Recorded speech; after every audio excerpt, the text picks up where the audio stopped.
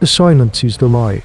Every stalk of fern, every dripping leaf, conspires to conceal the truth. The night breeze, a vast and ancient lung, but its exhalations are whispers of death. Kale is gone. They find what the pack left of him at the edge of the firelights reach an odd femur and a smear of blood darkening the loamy earth. There is no waiting. Grief is a sound, and sound is a beacon in this world of listening things. The clan of the painted hand draws tighter into the shallow mouth of their cave. Their faces illuminated not by courage, but by the flickering terror in their eyes. The fire, their only god against the dark, seems to mock them with its weakness. Its light a fragile island in an ocean of teeth. These are not the great roaring tyrants of the day, the earth-shaking thunder lizards that can be seen and avoided. This is a threat born of the shadows, a species of killer that has perfected the art of the unseen approach. The jungle around them is the domain of the Velociraptors. Bor, the clan's strongest hunter, grips his spear so tightly the knuckles of his broad hand are white.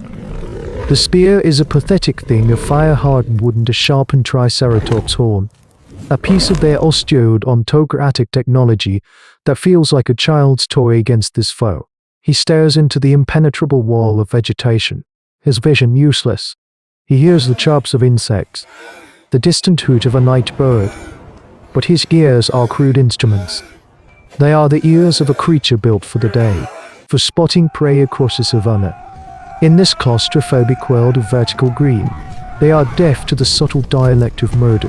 The raptors communicate in clicks and hisses, sounds that mimic the forest's own voice. They are ghosts until the moment their sickle claws, sharp as obsidian, whisper through the air.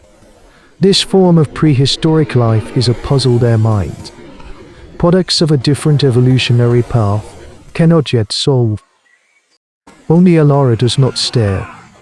The old woman sits with her back against the cave wall, her eyes clouded with the milk of age, closed. Her sight has been failing for seasons, but her other senses have sharpened to a razor's edge, while the young hunters scan the shadows. Alara listens to the silence. Her head is canted, her wrinkled face a mask of concentration. She hears the things they do not, the specific weight of a predator's footfall, the unnatural break in the cicada's drone, the dry rustle of a fern frond that is not caused by the wind. These dinosaurs hunt with a discipline that is terrifying. They are testing the perimeter, learning the clan's rhythms, their numbers, their fear. For these early humans, survival is a constant, desperate calculation. They listen for the call to the great hunt, not a sound spoken by a man, but the rumble in an empty belly that binds them as one river flowing toward the sea of survival. Alara knows this hunt is different. The clan is not the hunter, they are the quarry, and in the long, suffocating dark, she hears the whispering sickles drawing closer. The next day, no one hunts. Hunger gnaws at them, a familiar ache. But it is a lesser beast than the one that stalks the jungle fringe. They watch Alara. She moves with a slow, deliberate grace, her bare feet mapping the floor of the cave. She is not exploring space, but sound. She taps the stone walls with a femur from their bone pile, listening to the resonance. She has Bioa drop a rock at the cave mouth and closes her eyes, her head tilted, tracing the echo as it bounces and dies in the deep recesses. The clan sees a mad old woman. Bioa sees a flicker of a plan. This is a turning point in their hominid history, a moment when the burden of survival shifts from the brawn of the strongest to the mind of the wisest. The human brain, their soul, pathetic advantage in a world of keratin, no US armor and serrated teeth, is being brought to bear. Alara summons a young woman, Lyra, whose hands are deft and quick, using gestures a tap on the ear, a sweeping motion towards the entrance. The sharp, downward chop she communicates her design. Lyra understands. She takes dried animal guts, the refuse from a past kill, and begins to stretch them, weaving them into long, thin cords. Others watch, and then, slowly, they begin to help. This is cooperation born not of affection, but of shared terror. Biala directs the heavier work, under Alara's guidance. They wedge loose stones into crevices along the main passage, creating precarious piles that will collapse at the slightest disturbance. It is a desperate application of primitive technology, an attempt to give the blind knight a voice. They string out wire as gut cords low across the pathways, anchoring them to the pebble-filled shells of giant snails. A single touch will send the pebbles rattling, the sound that, in the dead of night, will be as loud as a scream. The clan transforms their home into a musical instrument of death.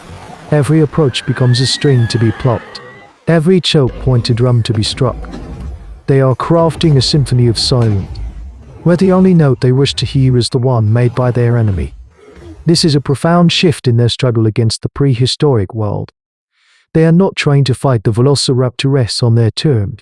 In the darkness where the raptors are kings, they are changing the very nature of the battlefield, making the darkness their ally. They are turning their ears into weapons, a sense sharpened by countless millennia of hiding from things that go bump in the night. This is the essence of their particular brand of human evolution, not to become stronger, but to become smarter. As the sun bleeds out across the horizon, casting long, menacing shadows from the cycads, the clan of the Painted Hand does not huddle in fear. They take their positions within their newly wired cave, spears ready, and they wait.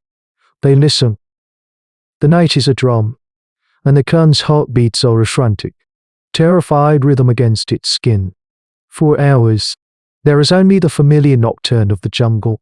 Then, it comes, a faint clutter, sharp and dry, from the far left of the cave entrance. It is the sound of a snail shell rattle, a sound no natural creature of the forest would make. Every hunter is instantly awakened alert. There is no shout, no gasp. Their response is as silent as the threat. Spears of bone and fire-hardened wood are leveled in the direction of the noise, their tips barely visible in the dying glow of the embers. Dilara, seated deep within the cave, lifts a single, trembling finger, pointing not at the sound, but at a spot 10 feet to its right. She has tracked the echo, triangulated the source. Her foresight is their only shield. A second sound follows moments later, a low scrape and a cascade of tumbling stones from the main passage. The raptors are testing the perimeter, using their pack intelligence to find a weakness. They are swift, but the trap is swifter. A piercing shriek echoes in the confined space, amplified by the stone walls into a disorienting cacophony. A hunter, guided only by a Lara's unwavering hand, thrusts his spear into the darkness. He feels a satisfying, fleshy impact. The shriek is cut short, replaced by a wet gurgle. The darkness is no longer the raptor's ally. It is a confusing maze of sound and pain. The night now belongs to the listener. This is a brutal lesson in advanced skills, a defining moment for this small branch of what will one day be called Homo sapiens. The attack dissolves into chaos. The remaining raptors, their disciplined assault shattered, hiss and click in confusion. One, larger than the rest, makes a desperate leap towards a high ledge, seeking to bypass the ground-level traps, but Pior is ready. He slams the butt of his heavy spear against a hanging sheet of stone, a resonating plate they had prepared. The deep gong rings out, drawing the predator's attention. It is an act of pure altruism, a man making himself the target to save the clan huddled behind him. The raptor changes its trajectory mid-air, leaping towards the new sound. It lands precisely where Alara had anticipated, on a section of floor weakened and covered with ferns. The ground gives way, and the creature falls into a narrow pit lined with sharpened stakes. Its death cry is the final note in the clan's symphony. The other raptors, their nerve broken, melt back into the jungle. The silence that returns is not one of fear, but of dominion. In the flickering firelight, the clan of the Painted Hand looks at their dead enemies, and for the first time, they understand that the most dangerous predator is not the one with the sharpest claws, but the one with the sharpest mind. The dawn reveals the cost of their victory to dead raptors, a wounded hunter, and a cave that stinks of blood and fear. Yet, it is a dawn they have earned. This single night is a monumental event in the unwritten annals of hominid history. They did not outfight the beasts. They outtaught them. They weaponized perception, turning a sensory weakness into a tactical strength. This is the quiet, desperate genesis of the human ascent. Our journey to the top of the food chain was not a triumphant march, but a series of terrified scrambles in the dark. Leveraging the one tool nature gave us in abundance, a brain capable of seeing patterns where others only saw chaos. They learned to listen to the silence and make it speak. This principle of understanding the environment so intimately that it becomes an extension of the self is the foundation upon which all future primitive technology and strategy would be built. How many of our own instincts, our ingrained abilities to detect subtle shifts in a conversation or anticipate a threat before it materializes, were honed in nights just like this one, listening for the whisper of a claw on stone. The echoes of their fear are the foundation of our awareness. In the long silence that followed, the bedrock of the world did not remember their names. It remembered the sound of their thinking. Far to the south, where the great river meets the smoking mountains, a different fear was learning to look up.